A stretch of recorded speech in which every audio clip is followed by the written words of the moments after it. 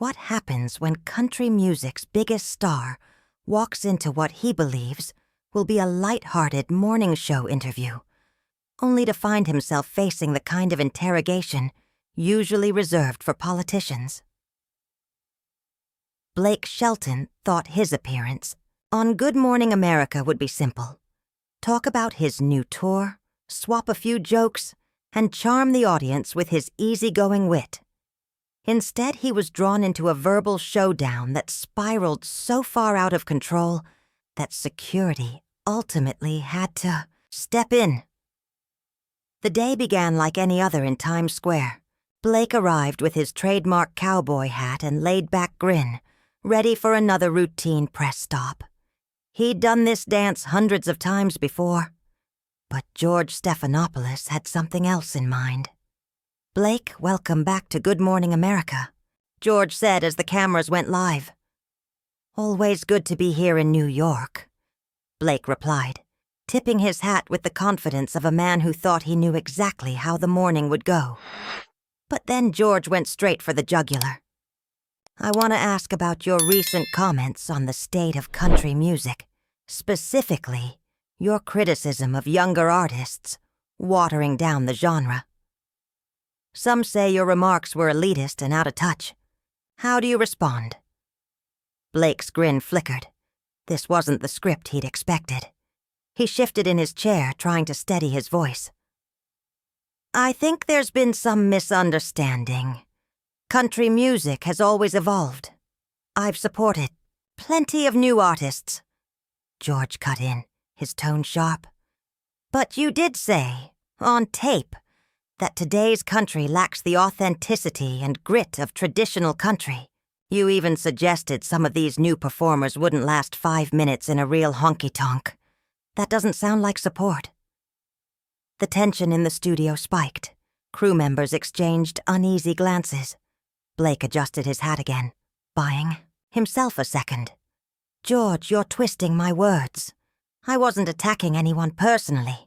I was pointing out the difference between genuine country music and pop with a guitar tossed in." George leaned forward. "But isn't it interesting that your criticism seems to fall hardest on the artists breaking barriers? Young women, artists of color, those redefining the genre?" Blake's jaw tightened. "Now, hold on. I never brought race or gender into this. I judge music on music alone, and I resent you suggesting otherwise." The atmosphere grew heavier by the second. George pressed on, his voice calm but unrelenting. "When you say country needs to get back to its roots, what exactly do you mean?" Blake inhaled slowly, fighting to keep control. "Country music has always been about storytelling, about real life, about working people. My worry is that, in chasing streaming numbers and radio play, we sometimes lose that. George didn't let go. And yet, you yourself now play arenas, earn millions, live in multiple homes, fly private. Some critics say that distance makes it hard for you to speak for the small-town lives you sing about. Haven't you strayed from those roots too?" Blake's face reddened. "Are you seriously questioning my authenticity? I came up from nothing, working construction by day, dive bars by night. I've earned every bit of this. Success doesn't erase where I came from."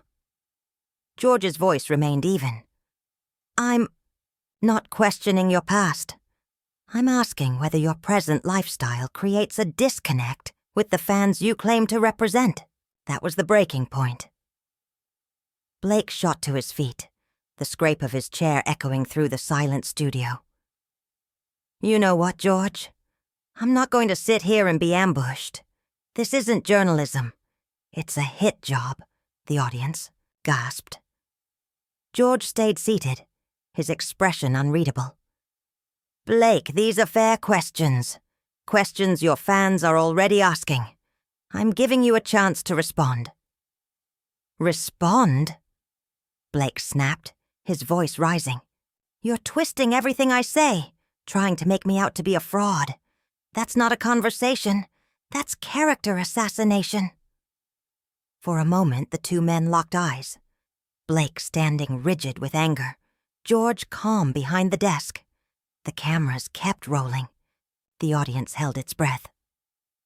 Something unprecedented was happening on live morning television. George's co-hosts exchanged uneasy glances from the news desk, unsure whether to step in or stay silent. "I'll ask you once more to sit down so we can finish this professionally," George said, his voice calm but edged with authority. "And I'll tell you one more time," Blake shot back, his words cutting through the studio silence. "I'm not going to sit here and be railroaded by someone who clearly came in with an axe to grind. What's this really about, George? Did I offend someone at the network? Did I not play the game the way you wanted?" For the first time, George's polished mask slipped. "This isn't about games, Blake. This is about accountability. You have a platform that reaches millions. With that comes responsibility." Blake let out a bitter laugh. "Responsibility? Let me tell you about responsibility. I've been responsible to my fans, my music, this industry, for over 20 years. I've given back to communities, mentored young artists, launched careers, but apparently none of that matters because I dared to say country music should stay true to its roots." George leaned forward. "But whose roots, Blake? The industry's polished version, or the real ones? The voices that were excluded for decades? The ones finally breaking through now?" Blake's eyes narrowed. "There you go again, twisting my words, making assumptions. You don't know the first thing about my values, or who I've supported." "Then enlighten me," George pressed. "Name the barriers you've helped break. Tell me the diverse artists you've championed." Blake's fists clenched at his sides. "I don't have to prove myself to you, or anyone else. My actions speak louder than any list of names I rattle off for television. If you can't see that, then you're choosing not to." George studied him, unflinching. "Interesting. For someone who claims to speak for the common man, you're getting awfully defensive about some very straightforward questions." "Straightforward?" Blake's voice cracked like a whip. "You call loaded questions and false implications straightforward? This is exactly what's wrong with media today. Everything's a setup for ratings. Nothing's honest anymore." "Are you suggesting this is about ratings?" "I'm suggesting," Blake thundered, "that you turned what should have been a conversation about my music into a political interrogation because you wanted a spectacle." The tension had reached its breaking point. Production assistants whispered frantically into headsets. The audience sat frozen, watching history unravel live. George stood now, matching Blake's posture. "Here's the truth, Blake. You're used to softball interviews where everyone treats you like royalty. You don't know how to handle it when someone actually pushes you." Blake's face went crimson. "Handle it? I shouldn't have to handle loving country music. I shouldn't have to defend wanting to preserve its soul. That used to be called integrity, not controversy. And I shouldn't have to defend asking you to explain your own words," George replied coolly. "That's called journalism." Blake leaned across the desk, his voice dropping to a low growl. "No, that's called twisting. You've been setting me up from the moment I walked on this stage, and I see it now for what it is." George's tone hardened. "Maybe the problem isn't the questions. Maybe the problem is you don't like the answers you're giving." The studio fell silent. Even the crew had stopped moving, transfixed. Blake straightened to his full height, jaw set. His decision was final. "Well then, George, I'll be accountable for this. I'm not going to stand here and keep playing this charade." He turned toward the wings of the stage, The scrape of his boots against the floor echoing in the hushed studio as security guards began moving in. George's voice cut through the tense silence. "Are you walking out on the interview?" Blake didn't hesitate. "I'm walking out on whatever this is because it sure isn't an interview. It's an ambush dressed up as journalism, and I won't play along." But George wasn't about to let him have the last word. "So that's it? You're just going to storm off the moment things get uncomfortable? That's not the response of someone who stands by his convictions." Blake froze mid-step. Slowly he turned back, his face a mask of controlled fury. "Uncomfortable? George, you've spent the last 10 minutes trying to paint me as some racist, elitist hypocrite. Live, on national television. That goes way beyond uncomfortable." "I never used those words," George countered. "You didn't have to," Blake snapped. "Every question you've asked has been carefully designed to lead viewers to that exact conclusion. You know it. That's the trick, isn't it? You ask questions in just the right way, and you can make anybody look guilty of whatever you want." George stayed rooted behind his desk, his composure unshaken. "The only thing I'm trying to hold you accountable for, Blake, is your own words." "My words?" Blake's laugh was bitter, hollow. "You've twisted my words into something unrecognizable. I never attacked young artists. I never attacked women. I never attacked minorities. I said country music is losing its authenticity, and you've turned it into a character assassination." Behind the cameras, the production team scrambled in panic. Millions were watching live as the interview devolved into chaos. Then, clarify it. George pressed, leaning forward. "If you feel misrepresented, set the record straight right now. Here's your chance." Blake shook his head, the bitter laugh returning. "Set the record straight? In this environment you've created? No thanks. I've seen this game. No matter what I say, you'll twist it. The damage is already done." "The only damage," George shot back, his voice rising for the first time, "is your refusal to engage in a meaningful conversation about issues that matter." Blake's voice thundered in response. "Issues that matter?" "We're talking about music, George. I'm not negotiating peace treaties or solving world hunger. But you're acting like I'm on trial at The Hague. When you have the influence you do," George countered firmly. "Your words do matter. When you dismiss entire groups of artists, that carries real consequences."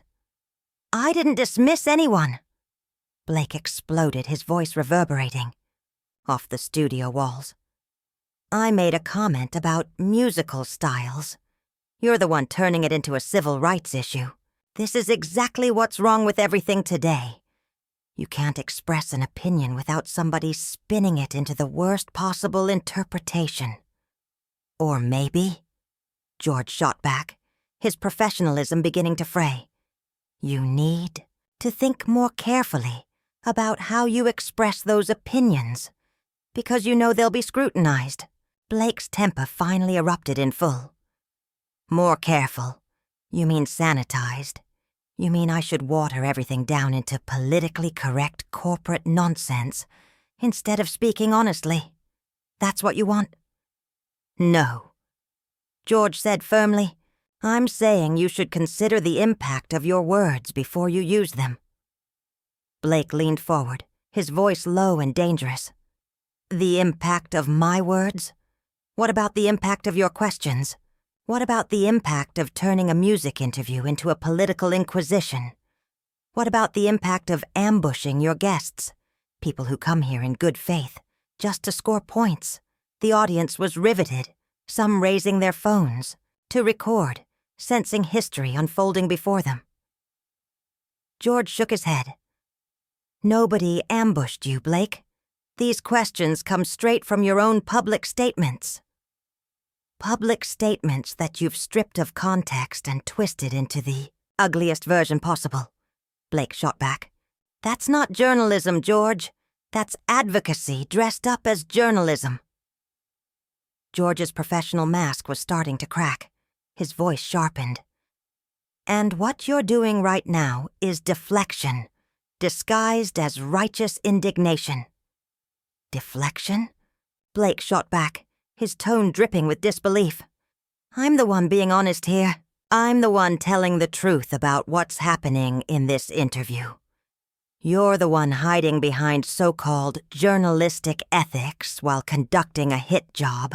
The tension was suffocating, so thick that security personnel began edging, closer to the interview space, careful to stay just out of the camera's view. A hit job? George repeated. For asking you to explain comments that offended people in your own industry?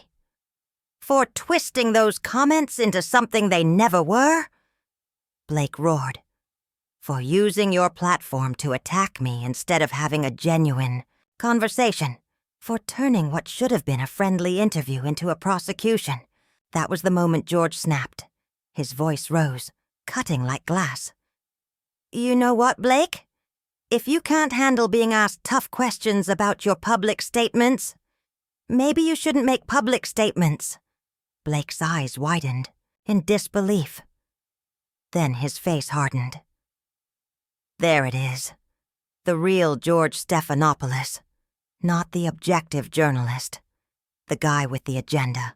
The guy who thinks he gets to decide what people can and can't say. I don't decide anything. George shot back. The public decides. The public decides based on how you frame it. Blake thundered. And you framed it in the worst possible light. The studio dissolved into controlled chaos. Producers barked into headsets. Camera operators froze, unsure whether to keep rolling or cut away. I've presented your words exactly as you said them. George insisted. No. You presented them in a context designed to make me look bad, with questions designed to trap me, with implications designed to destroy my reputation. Your reputation, George shouted now, is your responsibility. Not mine. My reputation. Blake barked back. His being destroyed by your biased coverage, not by anything I actually said or did. Blake turned to leave, but George's voice lashed out after him. So this is how Blake Shelton handles adversity. He runs when challenged. Blake spun around, his face purple with rage. This isn't adversity, George. This is a setup. This is journalistic malpractice, and I'm not running. I'm refusing to participate in my own character assassination. Then, stay, George snapped, and fight for your character, instead of storming off like a child. That was it. Blake stormed back toward the desk, jabbing his finger in George's direction. Don't you dare call me a child. I've been fighting for my character for 20 years. I've earned my respect with hard work and integrity. I don't need to prove anything to a failed political operative taking out his frustrations on country music. The words landed like a gut punch. George's face blanched, then flushed red. Failed political operative? At least I ask hard questions, instead of pandering to my audience. Hard questions? Blake barked a bitter laugh. These aren't hard questions. They're character assassinations dressed up as journalism. Security finally stepped forward. A tall man in a black suit approached Blake cautiously. Sir, I need you to lower your voice and step back from the desk. Blake glared at him, incredulous. Are you serious right now? He's been attacking me for 15 minutes, and I'm the one you tell to calm down? Sir, please step away from the desk, the guard repeated. George seized the moment. Please escort Mr. Shelton from the studio. This interview is over. Blake's jaw dropped. You're throwing me out. After ambushing me and attacking my character on national television. You're really going to have me thrown out like some kind of troublemaker?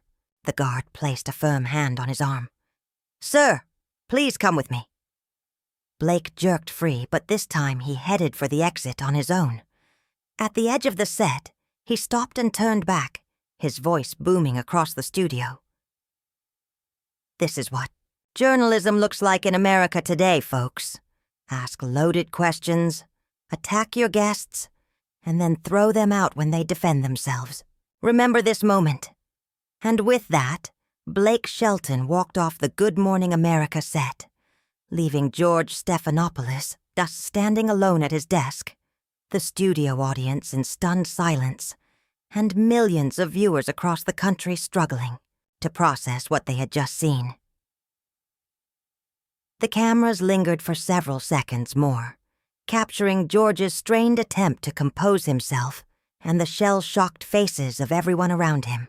Then, mercifully, the feed cut to commercial. What began as a routine morning show interview had erupted into one of the most explosive television moments in recent memory, and the fallout was only just beginning. So, what do you think? Did George Stephanopoulos cross the line with his aggressive questioning? Or did Blake Shelton overreact to legitimate journalistic scrutiny? Drop your thoughts in the comments below. And don't forget to subscribe for more shocking celebrity stories you won't see anywhere else.